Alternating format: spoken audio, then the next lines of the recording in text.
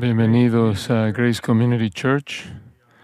Estamos contentos por tenerlos aquí y especialmente agradecidos porque el Señor ha capacitado a cada uno de nosotros al congregarnos, no solo una congregación como esta, sino también los mejores hombres que les pueden alimentar la palabra de Dios, y sé que van a disfrutar de un tiempo increíblemente maravilloso juntos. A mí me han dado la responsabilidad, se me ha asignado comenzar esta conferencia y estoy contento por hacer eso.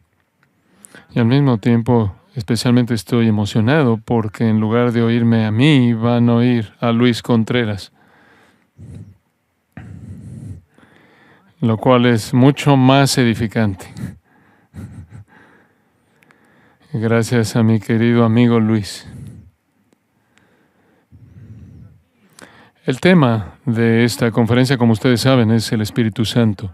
Y yo quiero que saquen su Biblia, la tengan a la mano, porque quiero abordar este tema tan importante, tanto desde un punto de vista bíblico como uno polémico, en la perspectiva de la teología sana, como también defender la verdad.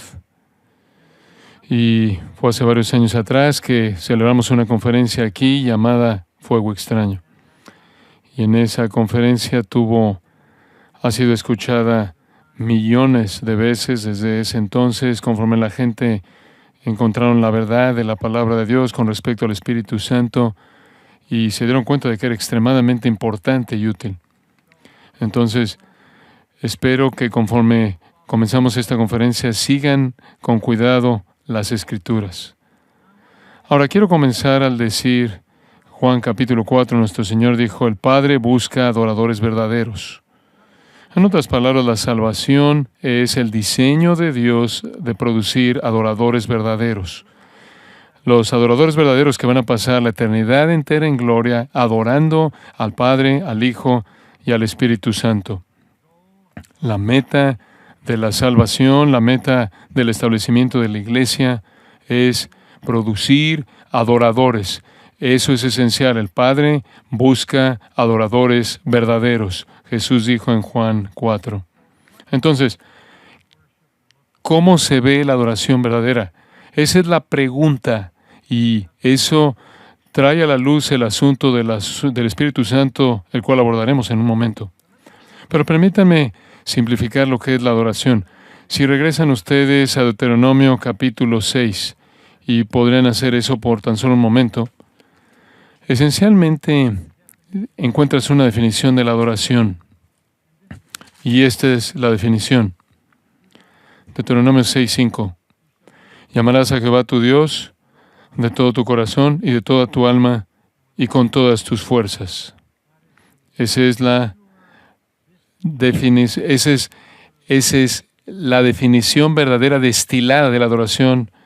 El siguiente versículo, leemos estas palabras: que yo te mando hoy estarán sobre tu corazón, y las repetirás a tus hijos, y hablarás de ellas estando en tu casa, y andando por el camino, y al acostarte, y cuando te levantes, y las atarás como una señal en tu mano, y estarán como frontales entre tus ojos, y las escribirás en los postes de tu casa y en tus puertas.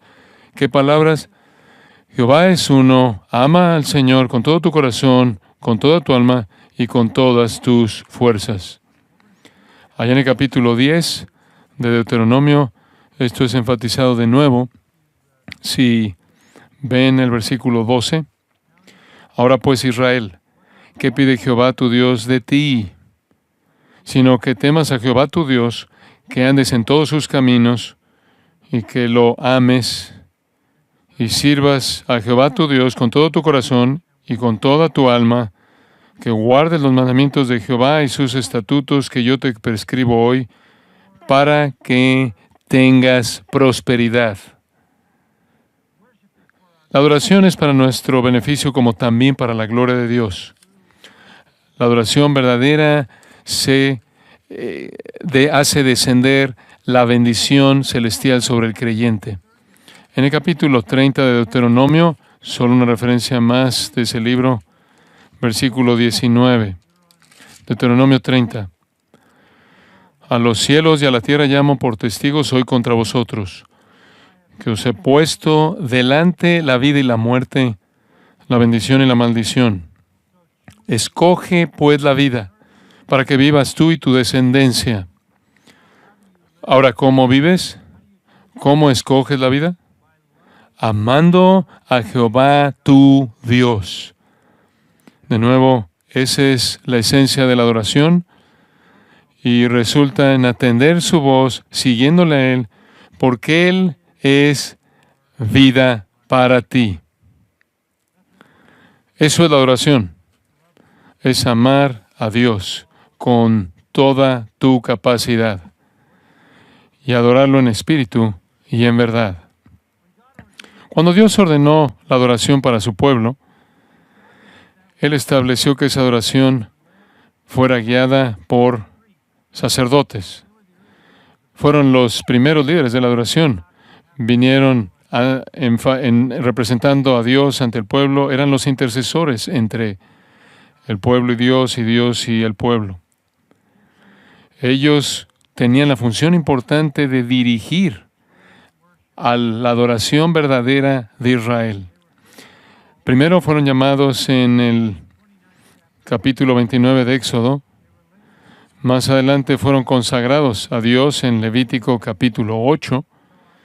Entonces, quiero que vaya a Levítico capítulo 8 por tan solo un momento, en donde vemos la consagración de los sacerdotes, cuya responsabilidad consistía en guiar al pueblo en adoración.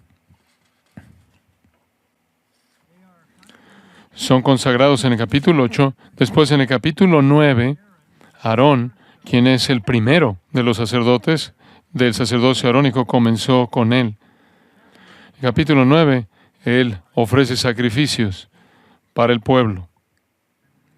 Y leemos acerca de eso ahí en el versículo 6 y 7. Levítico 9. Entonces Moisés dijo: esto es lo que mandó Jehová. Hacedlo y la gloria de Jehová se os aparecerá. Si quieres comunión con Dios, obedece su patrón de adoración. Y a Aarón se le acaba de decir que hiciera sacrificios, un becerro y también un holocausto, sacrificio por expiación en los versículos anteriores. Y después viene esta promesa que si haces lo que Dios te mandó que hicieras, si tú lo adoras como Él te ha mandado adorar y continúas fielmente ofreciendo estos sacrificios, versículo 6 dice: la gloria de Jehová te aparecerá. Literalmente vas a recibir la presencia misma de Dios. En el versículo 7, y dijo Moisés a Aarón: acércate al altar y haz tu expiación y tu holocausto, y haz la reconciliación por ti y por el pueblo. Haz también la ofrenda del pueblo, y haz la reconciliación por ellos, como ha mandado Jehová. Entonces Dios dice: ¿quieres mi presencia? No solo me amas con todo tu corazón, sino que me adoras exactamente como yo he prescrito que seré adorado. Y el enfoque está en la expiación, y Dios ordena todo detalle de la expiación, porque todo esto es un retrato de la expiación venidera en Cristo, quien es un sacrificio, quien con un sacrificio aseguró nuestra redención eterna. Si usted pasa al capítulo 9, versículo 22, y recogemos este relato. Después alzó Aarón sus manos hacia el pueblo, después de que ofreció los sacrificios, hacia el pueblo y los bendijo.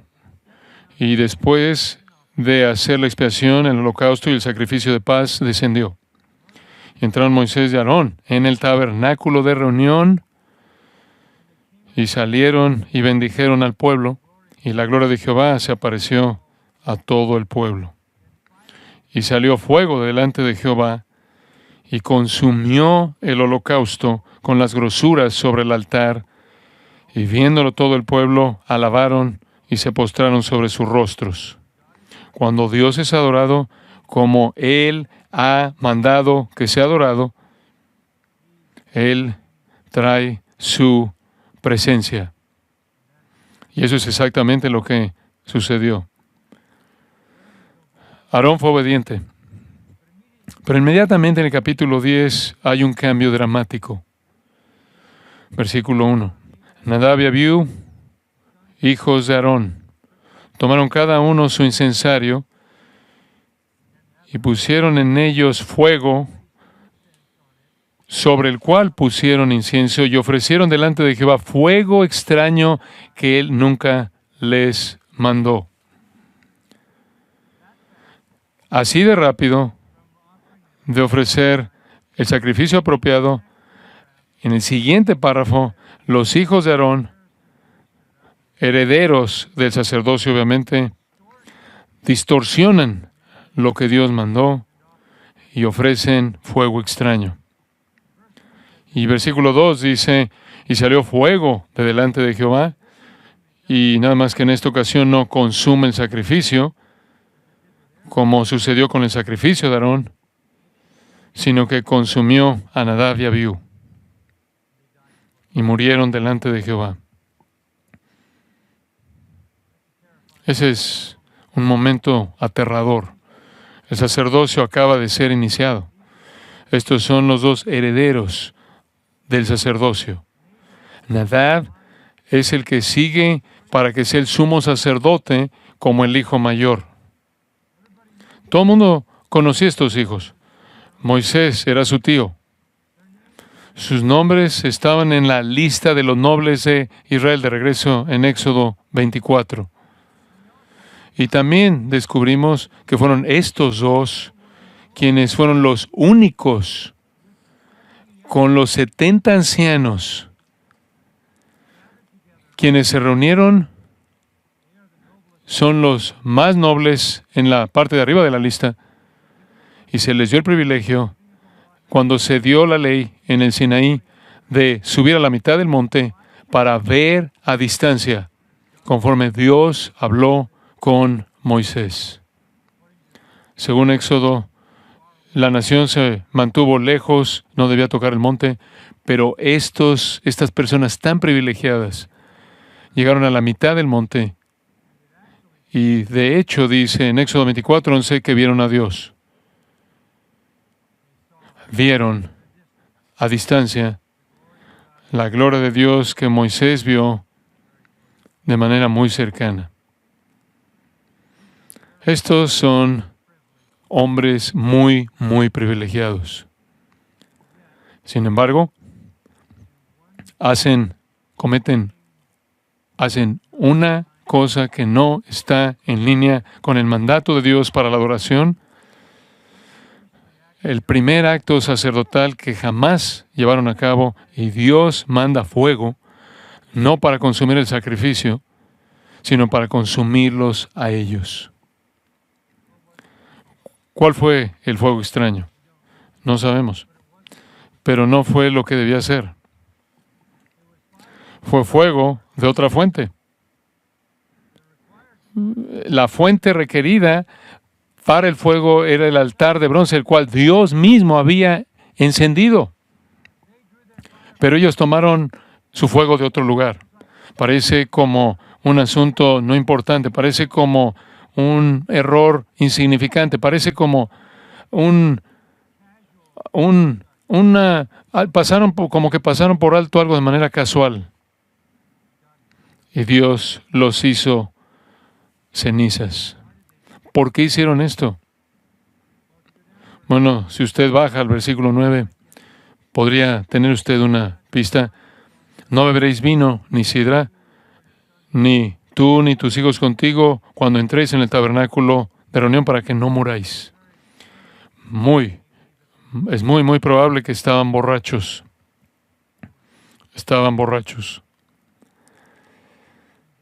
Y simplemente solo un cambio pequeño en el patrón ordenado por Dios fue suficiente para que ellos perdieran sus vidas.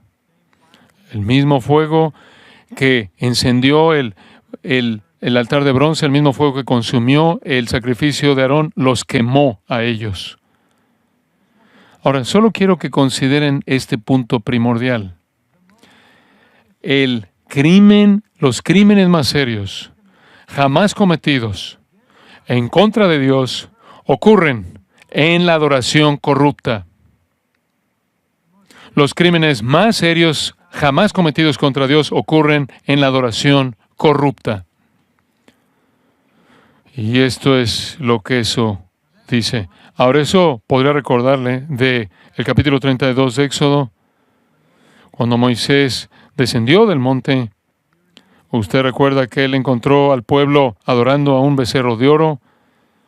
¿Y cuál fue el castigo para eso? Para esa adoración falsa. Ellos, de hecho, habían identificado el becerro de oro como el Dios de Israel. Habían reducido a Dios un ídolo. Y usted recuerda que ese día mismo, los israelitas fieles tenían que sacar sus dagas y espadas. Esos israelitas fieles tuvieron que matar a sus hermanos y a sus amigos, de tal manera que 3,000 judíos murieron ese día. Cuando usted viene a adorar a Dios, usted está involucrado en la actividad más seria de todas. Y es en este punto que quiero que entendamos que cuando usted ve el movimiento carismático contemporáneo, el cual es conocido por todos nosotros en Estados Unidos y ciertamente es conocido por muchos de ustedes en Latinoamérica, cuando usted ve el movimiento carismático, en el corazón de ese movimiento está la deshonra de Dios mediante la adoración inventada, sustituto, falsa. Ofrecen fuego extraño. Y ese es siempre algo que deshonra a Dios e invita su juicio. Ustedes recordarán que en el 5º capítulo de Hechos, Ananías y Zafira vinieron en un acto de adoración en la primera iglesia y tomaron lo que ganaron de vender un terreno y lo trajeron al altar como si fuera el precio completo y tomaron solo la mitad como si fuera un acto genuino, pero era hipócrita. Y ustedes saben lo que pasó. Dios los mató. Los mató enfrente de toda la iglesia. Ustedes no deben adorar al Señor de una manera falsa, hipócrita e ilegítima, sin incurrir en su desagrado. Ahora, con eso en la parte de atrás de su mente, quiero que pase a Mateo capítulo 12. Mateo capítulo 12. Solo un versículo ahí que quiero señalarle. Los fariseos están teniendo aquí un ataque realmente contra Jesús y le dicen, y acerca de él, este hombre, versículo 24, Mateo 12, 24, este no echa fuera a los demonios, sino por Belcebú, príncipe de los demonios. Ellos dijeron, Jesús ministró en el poder de Satanás. En otras palabras, Él hace lo que hace en sus milagros y en sus obras poderosas y en su enseñanza bajo el poder de Satanás, en lugar de hacerlo por el poder del Espíritu Santo. Ahora recuerde que Jesús hizo lo que hizo por el poder del Espíritu. Y esa fue su declaración, que todo lo que Él hacía lo hizo por el poder del Espíritu Santo. Pero ellos dijeron que era Satanás. Entonces, ellos atribuyeron la obra del Espíritu Santo a Satanás. Asegúrese de entender eso. Le atribuyeron la obra del Espíritu Santo a Satanás. El movimiento carismático hace lo opuesto. El movimiento carismático atribuye la obra de Satanás al Espíritu Santo. Es simplemente lo opuesto. Esa es la seriedad radical de ese movimiento. Y no solo ese movimiento.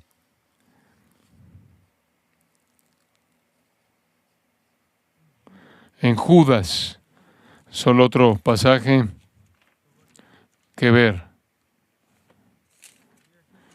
Se nos ayuda a entender el hecho de que no nos debe sorprender que falsos maestros, falsos representantes se aparecen en la iglesia, en la vida de la iglesia. Judas comienza su epístola en el versículo 3 al llamarnos a contender ardientemente por la fe. En el versículo 4, algunos hombres han entrado encubiertamente a la iglesia, marcaron destinados para esta condenación hombres impíos que convierten en libertinaje la gracia de nuestro Dios y niegan a Dios, el único soberano, a nuestro Señor Jesucristo. Entonces, va a haber una infestación en la iglesia, digamos, en términos generales, mediante maestros falsos, corruptos, que han sido ya destinados para su condenación. Y si usted baja al versículo 12, identifica a estos hombres como manchas en vuestros ágapes, que comiendo impúdicamente se aparecen ahí en la mesa del Señor, los ágapes, fiestas de amor, sin temor, impúdicamente con vosotros, se apacientan a sí mismos, nubes sin agua, llevadas de acá para allá por los vientos, árboles otoñales sin fruto, 2 veces muertos y desarraigados, fieras ondas del mar, que espuman su propia vergüenza, estrellas errantes. Y después esto, para las cuales está reservada eternamente la oscuridad de las tinieblas. Cuando usted une esto, usted entiende que Dios ha ordenado un patrón para la adoración, que de manera correcta le da a Dios la gloria y el honor que son debidos a Él.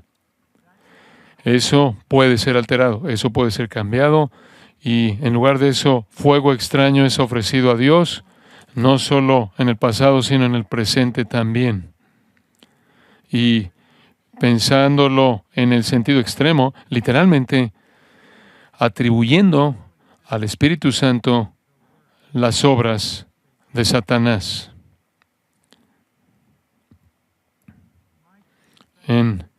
¿Estoy desacreditando el movimiento carismático totalmente? En un sentido, sí, absolutamente. El movimiento carismático no ha hecho contribución alguna a la interpretación bíblica. No ha hecho contribución a la doctrina sana. Algunos en el movimiento creen en la verdad de la Escritura, creen en la Biblia, creen en el Evangelio, pero nada de su entendimiento del Evangelio y nada de su entendimiento de doctrina sana ha venido de ese movimiento. Tuvo que venir de afuera de ese movimiento. ¿Acaso gente ha sido verdaderamente salvada en iglesias carismáticas? Sí. Pero nada viniendo de ese movimiento proveyó la claridad del Evangelio. Lo han distorsionado, lo han confundido, lo han torcido. Y la fe del Evangelio bíblico, a pesar de ellos, todavía es el poder de Dios para salvación. Y donde ese Evangelio verdadero es predicado, la salvación se lleva a cabo. Hay gente en el movimiento carismático que conocen y aman la verdad. Son ortodoxos en el Evangelio, pero no son ortodoxos en muchas otras cosas. Y parece como si en particular ellos atacan al Espíritu Santo. El movimiento carismático está lleno de no cristianos tratando de que sus deseos carnales, sensuales, sean satisfechos sin buscar nada más que experiencia emocional. No es fe, es duda buscando una prueba. Entonces, tenemos que ser honestos acerca de ese movimiento. Ha guiado a tantas personas, ha desviado a tantas personas. Si usted tan solo ve de manera estadística, en los 1900 no habían carismáticos. 100 años después hay 1 billón. Están por todo el mundo ofreciendo promesas falsas de salud y prosperidad y de riqueza, dinero, y continúan floreciendo porque los cristianos verdaderos no los condenan. Trabajan muy duro en ser aceptados, muy duro en ser abrazados, en que los abracen, pero están ofreciéndole a Dios fuego extraño. Y en lo que a la iglesia evangélica concierne, son como el famoso caballo de Troya. Han entrado a la ciudad y han soltado a sus tropas y se han apoderado y han levantado su ídolo en la ciudad de Dios. El movimiento ha distorsionado la verdad y honestamente eso es lo único que han hecho. De nuevo, hay cristianos en ese movimiento, pero su entendimiento de la verdad no vino de ese movimiento, vino a pesar de ese movimiento. Si usted piensa en la doctrina sana, o si piensa usted en lo que es llamado teología reformada, la teología, la doctrina histórica, ese no es un refugio para los falsos maestros. Ese no es un refugio para los engañadores. Ese no es un grupo en el que usted encuentra a fraudes y falsos maestros. Pero el movimiento carismático ciertamente lo es. Milagros falsos, visiones falsas, profecías falsas, unciones falsas, todo tipo de conducta aberrante, desenfrenada, sacudiéndose, balbuceando, revolcándose, cayéndose. Es evidencia de fuego extraño. En 1657, el puritano John Owen escribió un análisis de la comunión con Dios, hablando de cómo tenemos comunión con Dios verdaderamente.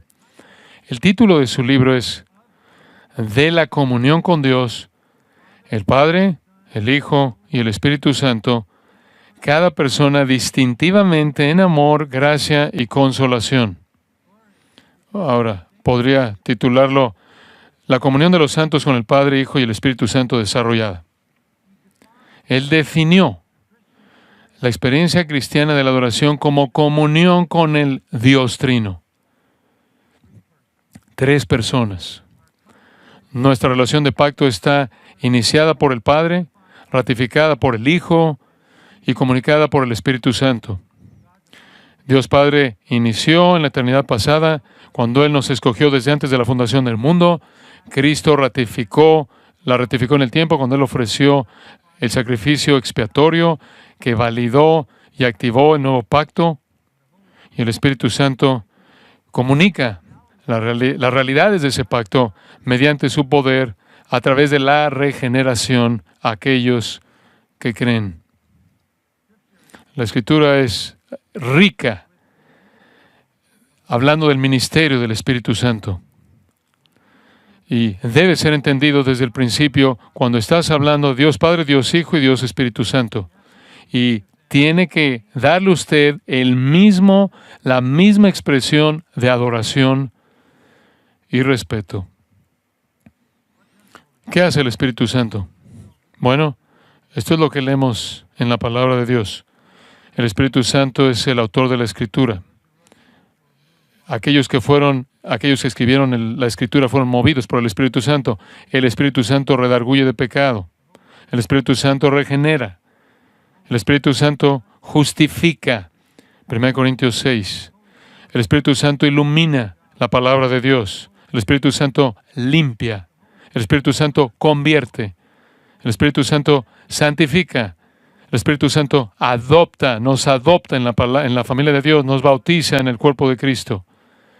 El Espíritu Santo mora en nosotros, nos capacita con dones espirituales, nos da el poder divino, nos guía. Somos los que son guiados por el Espíritu Santo, son los hijos de Dios. El Espíritu Santo nos libera de el daño y la maldad. El Espíritu Santo nos asegura.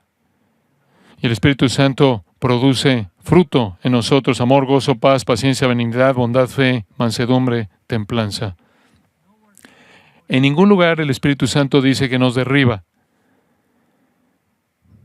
o nos hace reír de una manera torpe, ni genera temperatura o calor corporal, o nos da hipo, o nos da convulsiones, o nos coloca en algún tipo de estupor, hacernos ver y haciendo que gemamos, brincamos y nos revolquemos. Pero hay otra cosa que el Espíritu Santo hace en particular que quiero que observe. Y esta es la prueba genuina de una obra del Espíritu. Vaya a 1 de Juan capítulo 4. 1 de Juan capítulo 4. Versículo 1. Amados, no creáis a todo espíritu, sino probad los espíritus, si son de Dios, porque muchos falsos profetas han salido por el mundo. Probad los espíritus. Y es un desafío hacer eso, porque Pablo dice en 2 Corintios 11, 14 y 15, que los maestros falsos, los profetas falsos, están disfrazados como ángeles de luz. Entonces, se necesita algo de discernimiento, ver la verdad. Entonces, ¿cuál es la prueba? ¿Cuál es la prueba del profeta que dice ser un profeta verdadero? En primer lugar, versículo 2. En esto conoced el Espíritu de Dios. Todo espíritu que confiesa que Jesucristo ha venido en carne es de Dios. Y todo espíritu que no confiesa que Jesucristo ha venido en carne no es de Dios, y este es el espíritu del anticristo, el cual vosotros habéis oído que viene y que ahora ya está en el mundo. Entonces, ¿cómo sabe usted cuando es una obra verdadera del Espíritu Santo?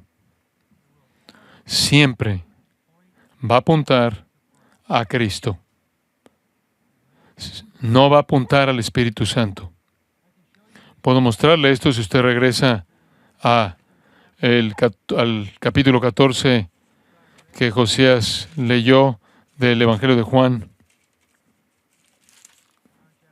Juan capítulo 14, unos cuantos versículos aquí. Versículo 26. Mas el Consolador, el Espíritu Santo, a quien el Padre enviará en mi nombre, Él os enseñará todas las cosas y os recordará todo lo que yo os he dicho. ¿Qué va a ser?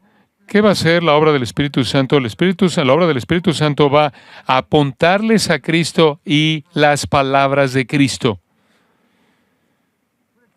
Dicho de manera simple, los va a enviar de regreso a la Biblia, de regreso al Evangelio y a toda la Escritura. En el capítulo 15 de Juan, versículo 26. Pero cuando venga el Consolador, a quien yo os enviaré del Padre, el Espíritu de verdad, el cual procede del Padre, Él dará testimonio acerca de mí. Él los va a llevar a la Escritura y Él va a llevarlos a oír las palabras de Cristo y les va a mostrar a Cristo a lo largo de la Escritura.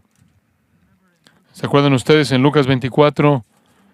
Jesús dijo que Moisés y los profetas y todas las escrituras hablaron acerca de Él.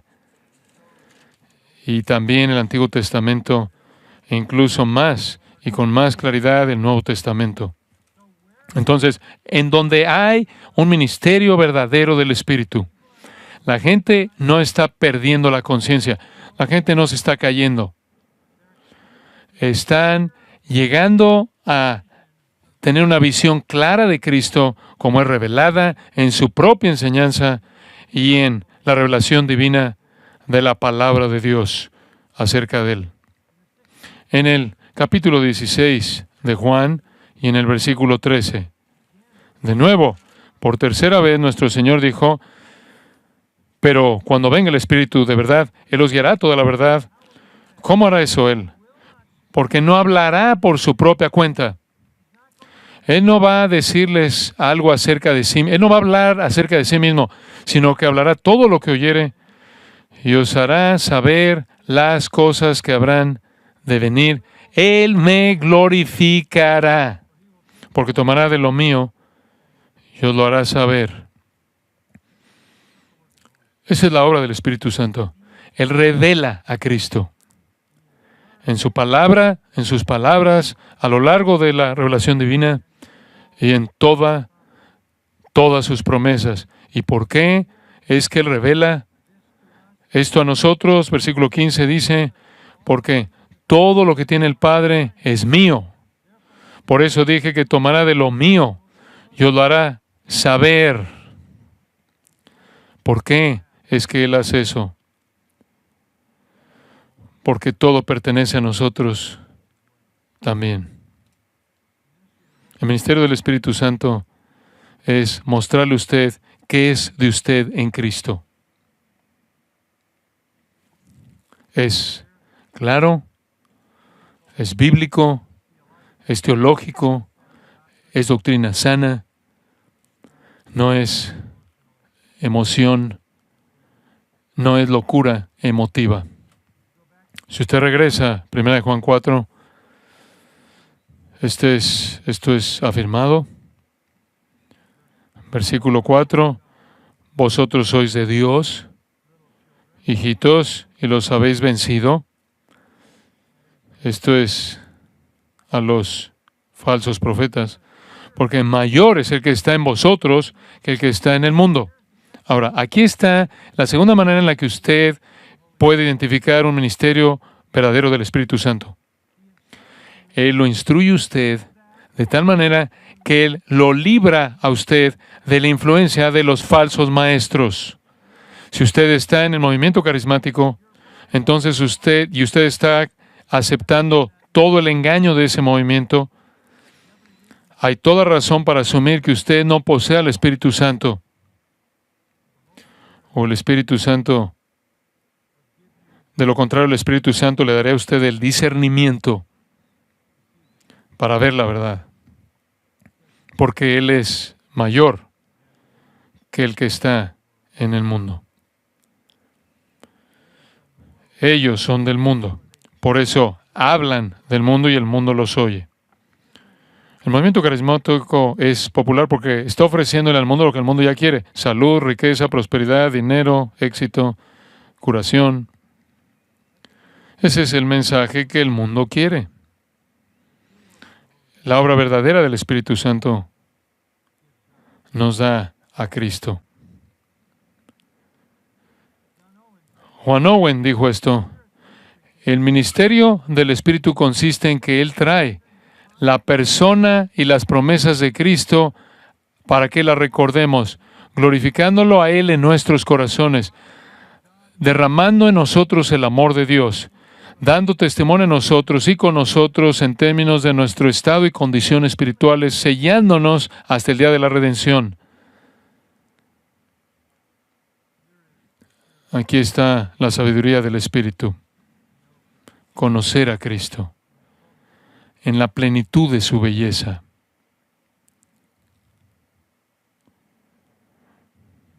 En el capítulo 10 de Hebreos, estamos solo apilando algunas escrituras importantes, para que entendamos esto. Hebreos capítulo 10, versículo 29.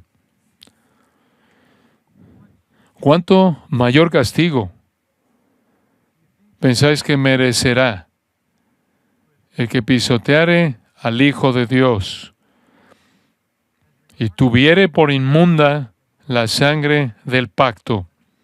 Esta es la sangre de Cristo en su muerte sacrificial, en la cual fue santificado. Y después al final del versículo 29, e hiciere afrenta al Espíritu de gracia. ¿Sabe usted cómo insultar al Espíritu de gracia?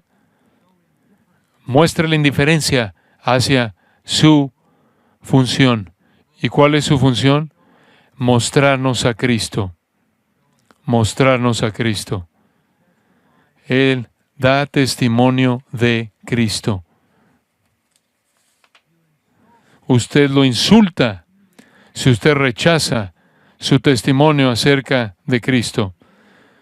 Y es en primer lugar y sobre cualquier otra cosa el testimonio que está incrustado, grabado en la Biblia. Él es el que inspiró la Biblia, en donde todo el relato de Cristo es provisto. Rechazar al Espíritu Santo, esencialmente, es rechazar a Cristo. La palabra que es traducida hiciere afrenta es una palabra griega que significa básicamente ser audaz, osado, ser insolente, insultar de manera violenta. Si usted no dobla la rodilla ante la gloria plena de Cristo, usted ha insultado al Espíritu Santo. ¿Qué sucede cuando usted insulta al Espíritu Santo? Versículo 30, Hebreos 10. Pues conocemos al que dijo, mía es la venganza, yo daré el pago. Y dice el Señor, y otra vez el Señor juzgará a su pueblo. Horrenda cosa es caer en manos del Dios vivo. Usted no debe insultar al Espíritu Santo. Usted no debe rechazar al Espíritu Santo, el testimonio del Espíritu Santo acerca de Jesucristo. Porque usted cae en manos de Dios en juicio.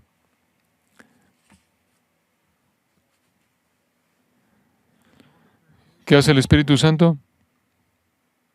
El Espíritu Santo actúa en la creación. Génesis 1. El Espíritu Santo actúa en la nueva creación, la regeneración. Juan 3, somos nacidos del Espíritu. El Espíritu Santo nos transforma. Él es el que nos transforma de lo que somos antes de que somos convertidos a semejanza de Cristo. El Espíritu Santo nos purga y nos purifica. El Espíritu Santo confronta, consuela, equipa, asegura e ilumina. Entonces, cuando usted piensa en la obra del Espíritu Santo, la prueba es fácil, la prueba es simple. ¿Acaso el que dice estar representando al Espíritu Santo nos presenta a Cristo en toda su gloria, a partir de todas las páginas de las Sagradas Escrituras, de tal manera que la respuesta que tenemos es entender que estamos bajo el juicio eterno si rechazamos el testimonio del Espíritu Santo acerca de Cristo? Si recibimos ese testimonio del Espíritu Santo, recibimos salvación, perdón, y nos volvemos coherederos con Cristo.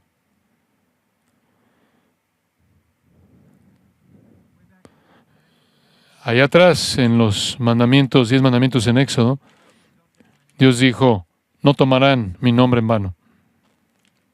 En otras palabras, no digan cosas acerca de mí que no son verdad. No me representen de manera errónea. He dicho esto a lo largo de los años muchas veces, debido a que estoy en un púlpito cada semana de mi vida y lo he hecho por, 60 y tantos años. Mi temor más grande es que yo diga algo acerca de Dios como si fuera verdad, cuando no lo es. Eso es tomar el nombre de Dios en vano. ¿Y cuál era el castigo para eso? Muerte. Muerte. No es solo usar el nombre de Dios como una mala palabra. No tomarás su nombre en vano, en el sentido de que lo representas mal a Él. Deuteronomio 28. Entonces vamos de nuevo remontándonos hasta atrás. En Deuteronomio 28 hay una advertencia que va en línea con esto, hacia el final del capítulo, versículo 58. Si no cuidares de poner por obra todas las palabras de esta ley que están escritas en este libro, temiendo este nombre glorioso y temible, Jehová tu Dios, entonces Jehová aumentará maravillosamente tus plagas y las plagas de tu descendencia, plagas grandes y permanentes, y enfermedades malignas y duraderas.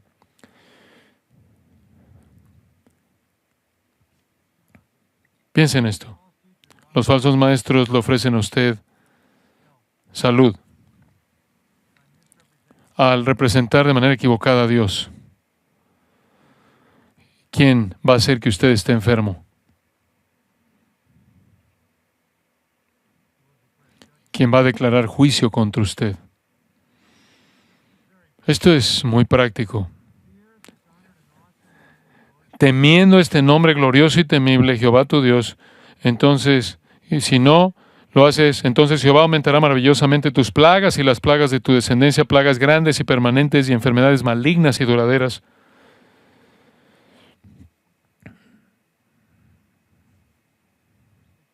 Versículo 62 al final.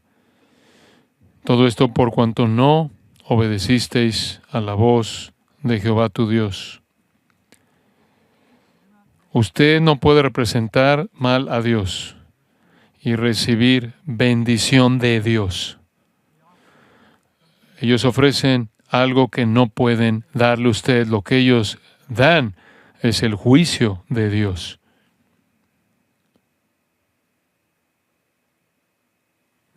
La Escritura tiene tantos nombres magníficos para el Espíritu Santo. En Job 33, Él es llamado el aliento del Todopoderoso. En Hebreos 9, Él es llamado el Espíritu Eterno. Salmo 51, el Espíritu bondadoso. Salmo 143, el buen Espíritu. En Isaías 11, Él es el Espíritu del Dios viviente, el Espíritu de Dios, el Espíritu del Padre, el Espíritu de Cristo, el Espíritu del Hijo, el Espíritu de vida, el Espíritu de gracia. Sabiduría, consejo, poder, entendimiento, conocimiento, temor del Señor, Espíritu de verdad, Espíritu de santidad, Espíritu de gloria y el Consolador y otras escrituras. Lucas 1 lo llama el poder del Altísimo. Él es tan santo como el Padre, tan santo como el Hijo, tan lleno de gracia como el Padre, tan lleno de gracia como el Hijo, tan amoroso como el Padre y tan amoroso como el Hijo. Y Él espera ser honrado como tal. Voy a decir que la Iglesia ha hecho un esfuerzo por defender al Padre, por proteger la reputación del Padre. La Iglesia ha hecho un esfuerzo por proteger al Hijo. Pero la Iglesia evangélica ha abusado al Espíritu Santo.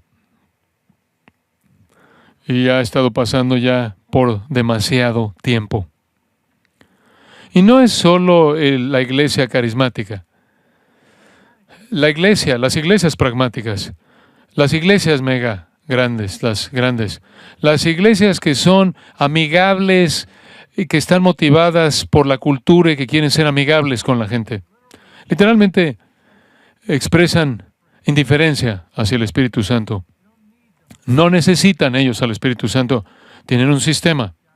Ellos tienen un mecanismo. Ellos tienen una estrategia. Tienen un plan. Su estrategia, su técnica, su inteligencia va a hacer que consigan los resultados que quieren.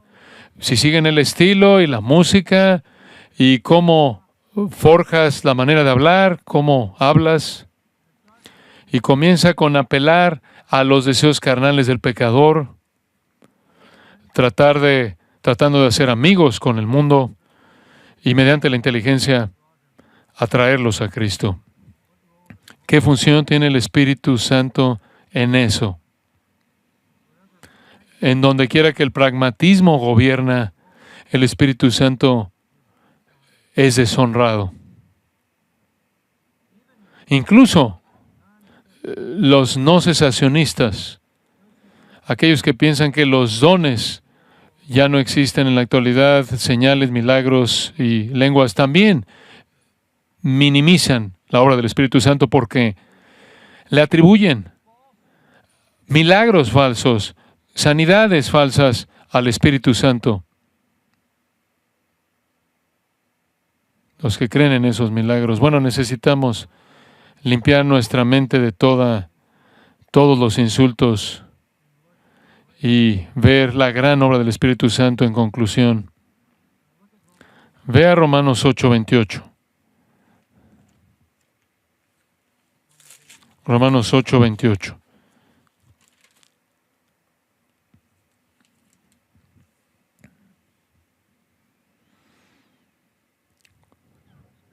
El Espíritu en el versículo 27 está intercediendo conforme a la voluntad de Dios. El Espíritu Santo entonces es consistente con la voluntad de Dios. ¿Y cuál es la voluntad de Dios? Versículo 28. Y que todas las cosas le ayuden a bien a todos aquellos que le aman a Dios, los que conforme a sus propósitos son llamados. Entonces el Espíritu Santo está alineado perfectamente con la voluntad de Dios, lo cual es controlar todo en las vidas de aquellos que aman a Dios para cumplir su propósito. Y así se ve ese propósito. Versículo 29 y 30. A los que antes conoció, también los predestinó para que fuesen hechos conformes a la imagen de su Hijo. Deténgase ahí. ¿Cuál es la voluntad de Dios? Que aquellos que lo conocen sean conformados a la imagen de su Hijo. Para que Él sea el protótocos, el primordial entre muchos hermanos. Él nos predestinó, Él llamó, Él justificó y Él glorificó. Para que en últimas conformara a su pueblo a la imagen de Cristo. Entonces el Espíritu Santo no solo apunta a Cristo para que veamos a Cristo y para que conozcamos a Cristo como es revelado en las páginas de la Escritura. El Espíritu Santo apunta a Cristo para que nosotros podamos volvernos como Cristo. Entonces, ¿quiere probar la obra del Espíritu? ¿Produce semejanza a Cristo? ¿Produce semejanza a Cristo? En 2 Corintios 3, 18.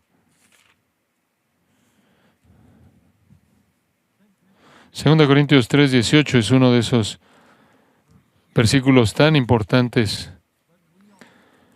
Por tanto, todos nosotros como creyentes, mirando a cara descubierta, esto es, sin nada que nos oscurezca, nada que nos bloquea, como era el caso en el Antiguo Testamento antes de que el Nuevo Testamento fuera escrito, estamos mirando en un espejo claro, y ese espejo es claro, que es claro la palabra de Dios, y estamos mirando la gloria del Señor.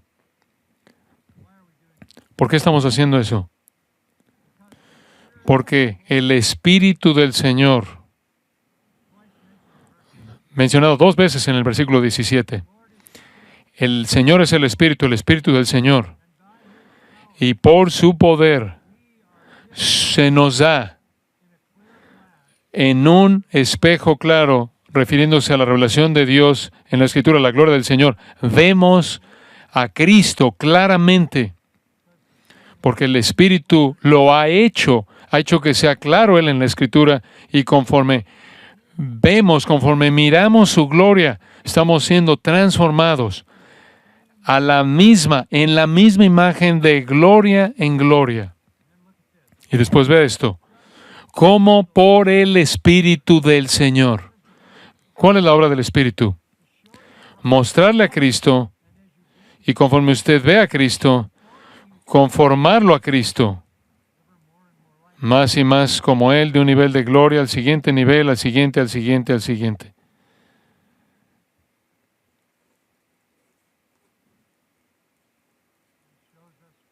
Nos muestra a Cristo.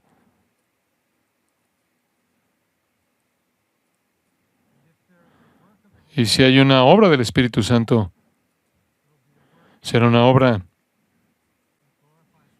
que glorifica a Cristo, que mete a la gente a las Escrituras para ver a Cristo, mediante lo cual el Espíritu Santo entonces va a conformarlos a la imagen misma de Cristo, de una manera ascendente. Permítame resumir esto al decirlo de esta manera. El Nuevo Testamento revela todo aspecto de la obra del Espíritu Santo en el Señor Jesucristo. Lucas 1 dice que Él fue concebido por el Espíritu Santo. Y también nosotros nacimos del Espíritu. Él fue madurado por el Espíritu Santo. Él creció en sabiduría, estatura, favor con Dios y los hombres. Nosotros crecemos por el Espíritu Santo. El Espíritu estuvo presente en su bautizo. Y también el Espíritu nos bautiza en el cuerpo de Cristo. El Espíritu estuvo sustentándolo a Él en Lucas 4 en su tentación. Y también el Espíritu nos fortalece en el hombre interior para resistir la tentación. Él fue capacitado por el Espíritu, Lucas 4, 14 y 15, para el ministerio. El Espíritu Santo nos capacita para el ministerio. Es cuando el Espíritu viene sobre nosotros, Hechos 1:8, que somos eficaces como testigos. Él fue lleno del fruto del Espíritu. Todo el fruto del Espíritu fue verdad en Él todo el tiempo. El Espíritu produce ese fruto en nosotros, Gálatas 5. Cristo incluso fue perfeccionado por la obediencia producida en Él por el poder del Espíritu Santo y a través del sufrimiento. Él aprendió la obediencia por lo que padeció. Y el Espíritu nos perfecciona mediante la obediencia que Él produce en medio del sufrimiento. Cristo enfrentó la muerte de manera triunfal en el poder del Espíritu. Eso es lo que dicen Hebreos 9:14. Y nosotros enfrentamos la muerte por la presencia consoladora y el poder del Espíritu Santo. El Señor Jesús fue resucitado de los muertos por el Espíritu Santo. Romanos 1, el Espíritu resucitó a Cristo de los muertos. Y el Espíritu dará vida a nuestros cuerpos de resurrección también. Verdaderamente un paralelo sorprendente, ¿no es cierto? Toda obra que el Espíritu hizo en la vida y ministerio de Cristo, lo hace en el creyente. Cualquier obra verdadera del Espíritu hace mucho, mucho de Cristo. Exalta a Cristo. Esa es la razón por la que en Juan 16:7 dice: es mejor para vosotros que me vaya, porque si yo me voy, el Espíritu va a venir. ¿Por qué es eso mejor? Porque Jesús dijo: Él ha estado con ustedes, pero estará en ustedes. Él ha estado con ustedes en mí. Pero cuando yo me vaya, lo voy a enviar a Él, a ustedes. Y Él va a estar en ustedes. Él ha estado con ustedes en mí, pero Él va a estar en ustedes. Juan 14:7. El Espíritu vive en usted como creyente para hacerlo como Cristo.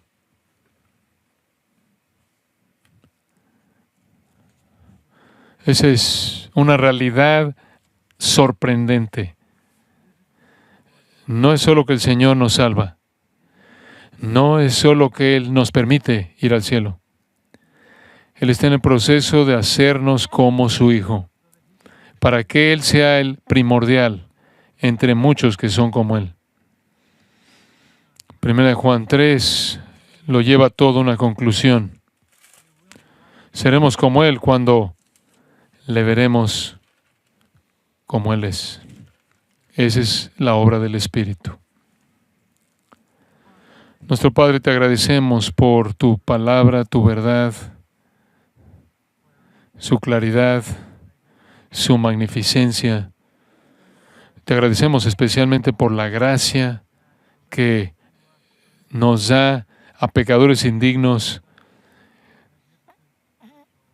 tales realidades tan magníficas espirituales, que somos el templo del Espíritu de Dios, que el Espíritu de Cristo vive en nosotros, incluso así como lo hizo en el Hijo,